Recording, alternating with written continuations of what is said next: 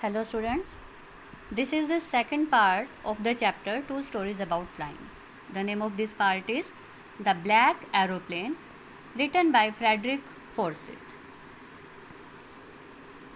We are starting this chapter.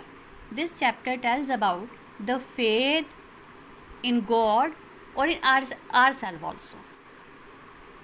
The moon was coming up in the east behind me and stars were shining in the clear sky above me.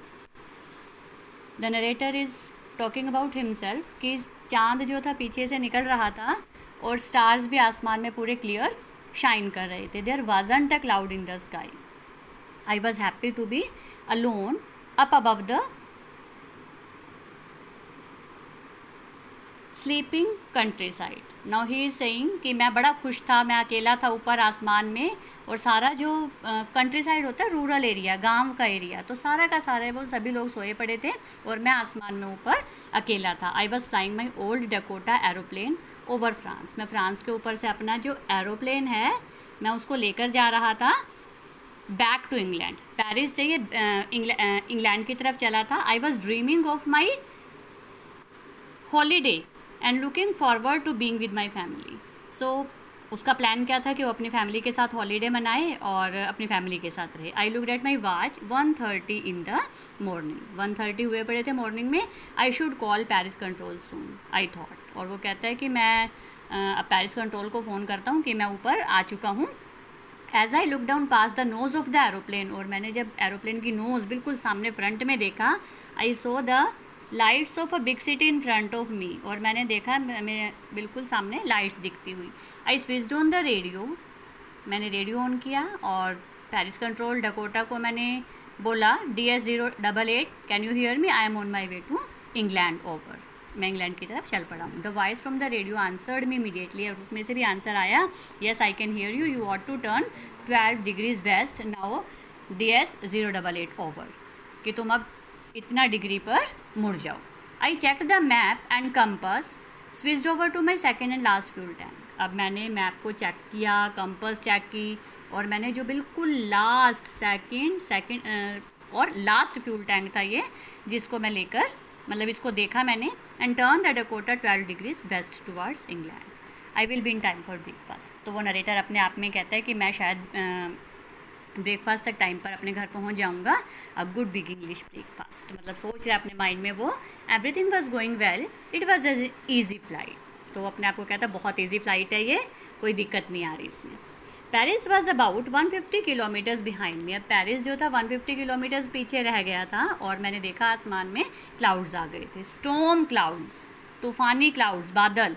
They were huge, बड़े बड़े थे. They looked like black mountain standing in front of me across the sky.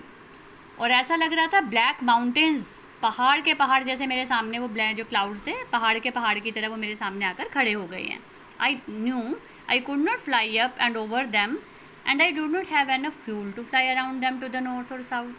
No कहता है कि मैं उनके बीच में से भी नहीं निकल सकता अब, और मेरे पास इतना फ्यूल भी नहीं बचा है कि मैं नॉर्थ और साउथ की तरफ मुड़ जाऊँ.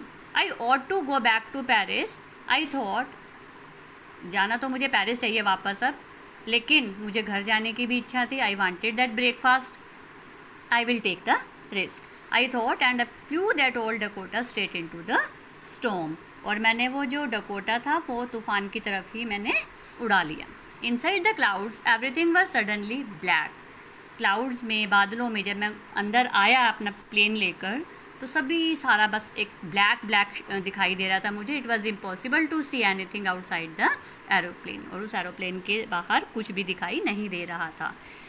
The old aeroplane jumped and twisted in the air. अब ये पुराना तो एरोप्लेन हो ही चुका था और ये हवा में, तूफान में ट्विस्ट करने लगा, घूमने लगा. I looked at the compass. मैंने कंपस को देखा. I couldn't believe my eyes. The compass was turning round and round and round. Compass भी घूमती ही जा रही थी और मुझे पता ही नहीं चल रहा था कि क्या हो रहा है ये. It was dead. Compass dead हो चुकी थी. इट वुड नॉट वर्क, काम भी नहीं कर रही थी और बाकी सारे इंस्ट्रूमेंट्स भी सडनली डेड हो चुके थे. नाउ ऐसा लगा कि जैसे मेरी भी खुद की अब लाइफ ख़त्म होने वाली है. आई could not survive now. I tried the radio. अब मैं रेडियो में बोल रहा हूँ पेरिस कंट्रोल, क्या तुम मुझे सुन सकते हो? There was no answer, the radio was also dead, I had no radio, no compass and I could not see where I was lost in the storm, मैं तूफान में लॉस्ट हो चुका था. Then in the black clouds quite near me, और अभी पूरे काले बादलों में आई सॉ अनदर एरोप्लेन, मेरे पास एक दूसरा एरोप्लेन मुझे दिखाई दिया.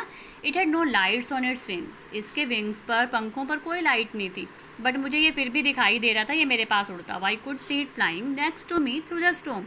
आई could see the pilot's face also, pilot का फेस भी मैंने देखा, उसने मेरी तरफ मुँह किया. He turn towards me. I was very glad to see another person, बड़ा खुश हुआ मैं किसी और पर्सन को देखकर ऐसे हालात में. ही lifted one hand and waived, उसने वेव किया, हाथ हिलाया मेरी तरफ और मुझे इशारा किया कि follow me. He knows that I am lost, उसको पता है कि मैं इसमें खो गया हूँ. आई एम लॉस्ट, मैं सोच रहा हूँ, अब नरेटर सोच रहा है अपने माइंड में, और वो शायद दूसरा प्लेन जो है मुझे हेल्प करने की ट्राई कर रहा है. He turned his aeroplane slowly to the north, उसने अपना एरोप्लेन नॉर्थ की तरफ घुमाया मेरे डकोटा के सामने. Dakota is the name of the aeroplane, किसके? नरेटर के एरोप्लेन का नेम है ये. तो so that it would be easier for me to follow him, ताकि मैं उसको फॉलो कर सकूँ. I was very happy to go behind the strange aeroplane like an obedient child, और जैसे एक ओबीडियंट चाइल्ड होता है मैं उसके पीछे पीछे चल पड़ा. After half an hour the strange black aeroplane was still there in front of me. पूरा आधा घंटा बीत चुका है और अभी भी वो एरोप्लेन मेरे सामने ही है. Now there was enough fuel in the old Dakota's last tank to fly for over 5 or 10 minutes more. बस अब इतना ही तेल बचा था कि सिर्फ 5 और 10 मिनट्स ही मैं उड़ा सकता था. I was starting to feel frightened again, और मुझे फिर डर लगने लगा. But then he started to go down. लेकिन इतने में ही मेरे सामने वाला प्लेन डाउनवर्ड्स चल पड़ा और मैं भी उसके पीछे पीछे. I followed through the storm. Suddenly I came out of the clouds. बादलों से एकदम से मैं अचानक बाहर निकल आया और मैंने सामने 2 स्ट्रेट लाइंस ऑफ लाइट्स देखी. मैंने अपने सामने, वो किस चीज़ की लाइट्स थी? पूरी लाइन थी, वो रो थी रनवे की, एयरपोर्ट की. I was safe there. I turn to look for my friend. अब मैंने देखा वो ब्लैक एरोप्लेन को कि मैं उसको थैंक्स बोलूँ, but the sky was empty. Sky में, आसमान में कोई भी नहीं था. देयर वॉज नथिंग देयर, कोई भी नहीं था. That aeroplane was gone. I could not see it anywhere, मुझे कुछ नहीं दिखाई दिया. I landed and was not sorry to walk away from the old Dakota near the control tower.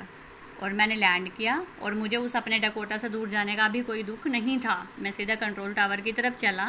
I went and asked a woman in the control centre where I was. मैंने उसको पूछा, lady को जो control centre में बैठी थी, कि मैं कहाँ हूँ और वो जो दूसरा पायलट है वो कौन है. I wanted to say thank you because मुझे उसे थैंक्स करना है. She looked at me very strangely and then laughed, और हंसने लगी वो मुझे एकदम अजीब सी देख के. अनदर एरोप्लेन इस तूफान में, up there in this storm. No other aeroplanes were flying tonight.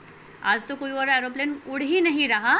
Yours was the only one I could see on the radar. सिर्फ तुम्हारा ही एरोप्लेन है जो मुझे दिखाई दे रहा है रडार पे. So who helped me to arrive there safely without a compass और a radio and without any more fuel in my tanks. अब मैं सोच रहा हूँ कि मुझे किसने हेल्प की सेफली लैंड करने में. मेरे पास कंपास भी नहीं थी, रेडियो भी नहीं था, टैंक में फ्यूल भी नहीं था. Who was the pilot on the strange black aeroplane. वो पायलट कौन था उस ब्लैक एरोप्लेन में flying in the storm without lights, जो उस तूफान में विदाउट लाइट्स उड़ रहा था. The narrator had no answer of it. इन सब का कोई भी आंसर उस नरेटर के पास नहीं था. He had left it on us only. वो हम पे छोड़ रहा है कि आप सोचो ये कौन हो सकता है. But we can say that may be it was the God himself who had helped him.